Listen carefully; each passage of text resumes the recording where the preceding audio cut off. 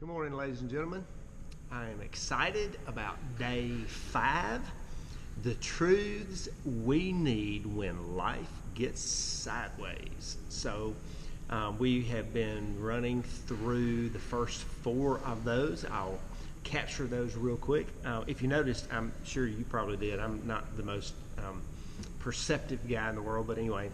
So there is, in a little bit different setting today, we are filming men and women who teach on a regular basis in the jails, and we're filming them here at New Vision, and just an incredible opportunity. While the jails are locked down, we're giving them an opportunity to share some of the truths that they've been discovering in the midst of this process, and continue on bringing some consistency to the inmates there that they would normally have been meeting with, and they hadn't been able to meet with them in a few weeks, and no telling when that will be lifted. So anyway, 5th truth here today. Let me run through the first 4 again, and then we will dive into number 5. God has me right here, right now, in the midst of this situation. God has me, God has us, God has this. God knows what all is going on, and He has this whole scenario. Second truth we learned, there is not one single thing that can touch me that God hasn't either sent or allowed to come into my life. So with that being said, we know that God is in the midst of bringing about a plan, a strategy for us, because He's working toward an expected end. Number 3, God is absolutely in control and sovereign over all things. Therefore, we can trust His judgment. In the midst of whatever is going on in our life, particularly this specific event, we know and understand that God is sovereign over it all, which means He has absolute control over everything.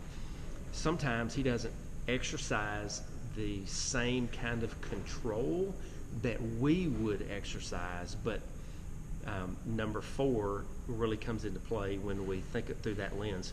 God sees and is working toward a much larger picture than we have the ability to see. So when He does things different than what we would do, it's because He sees the totality of how that is all working together. And one event has literally hundreds of thousands, if not millions, of other repercussions that flow from that event, and He already sees every one of them already played out. Oh my goodness, God is so big and so good and so awesome that we can trust Him in the midst of a process like that. So our 5th truth, in light of all of those, number 5, I think really hits home.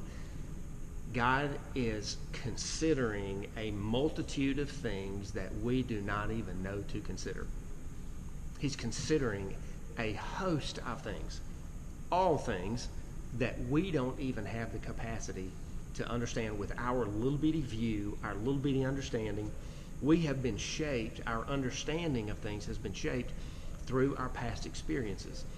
And without the ability to know all things, we don't have the right to bring judgment upon what is good and what is bad in our life from day 3.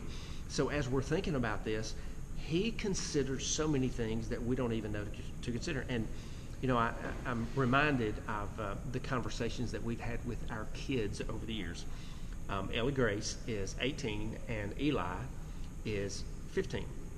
And we have to remind Eli a little bit more than we had to remind Ellie, because Eli's a little bit more like me and a little bit more rowdy maybe, and a little bit more extreme, if you will.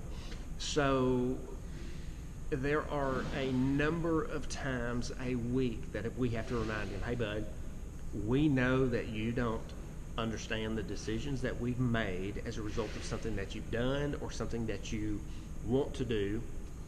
We have to make decisions as parents, and we are weighing options and weighing things that you don't even have the capacity to understand. So because of that, if you know us, and you do, and you trust us, and we hope you do, at least for the time being, right? So in the midst of this process, we are asking you to trust our motives, because we know something that you don't have the capacity to understand yet. So let's take that and let's think through the lens, and let's see that through the lens of God and us. In the midst of life's processes, we don't have the capacity to know all the things that God has already considered. So when we are faced with things that we don't understand, we can trust him, again, because nothing comes to us that isn't either sent or allowed. God is considering a multitude of things that I do not even know to consider. So therefore, I willingly place my life into his hands for him to do with me whatever he chooses, for him to allow circumstances in my life however he chooses to bring those in. Thank you. God bless you, and we'll see you tomorrow.